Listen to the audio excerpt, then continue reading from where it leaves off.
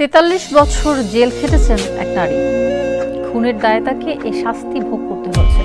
তবে ৪৩ বছর পর জানা গেল তার কোনো দোষই নেই।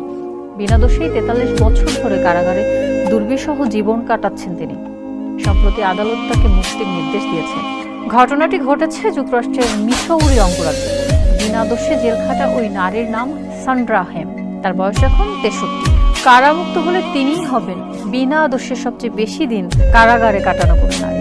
১৯৮০ সালে মিসৌরি রাজ্যে প্যাট্রিশিয়া নামে একজন গ্রন্থাগার কর্মী খুন হন।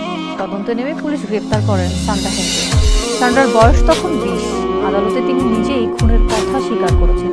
তার স্বীকারোক্তিমূলক জবানবন্দিতেই সান্ড্রাকে আমৃত্যু কারাদণ্ড দেন আদালত। এরপর সময় গড়িয়েছে আরো অনেক।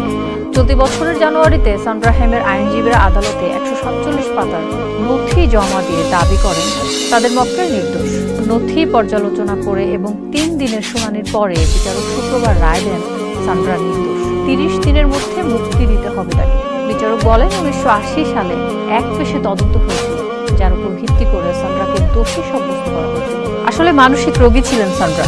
১২ বছর বয়স থেকে বিভিন্ন মানসিক ও স্নায়বিক রোগের চিকিৎসাও চলেছে তার। তাই আদালতে তিনি অসংলগ্ন কথা বলেছিলেন এবং নিজেই দোষ স্বীকার করেছিলেন।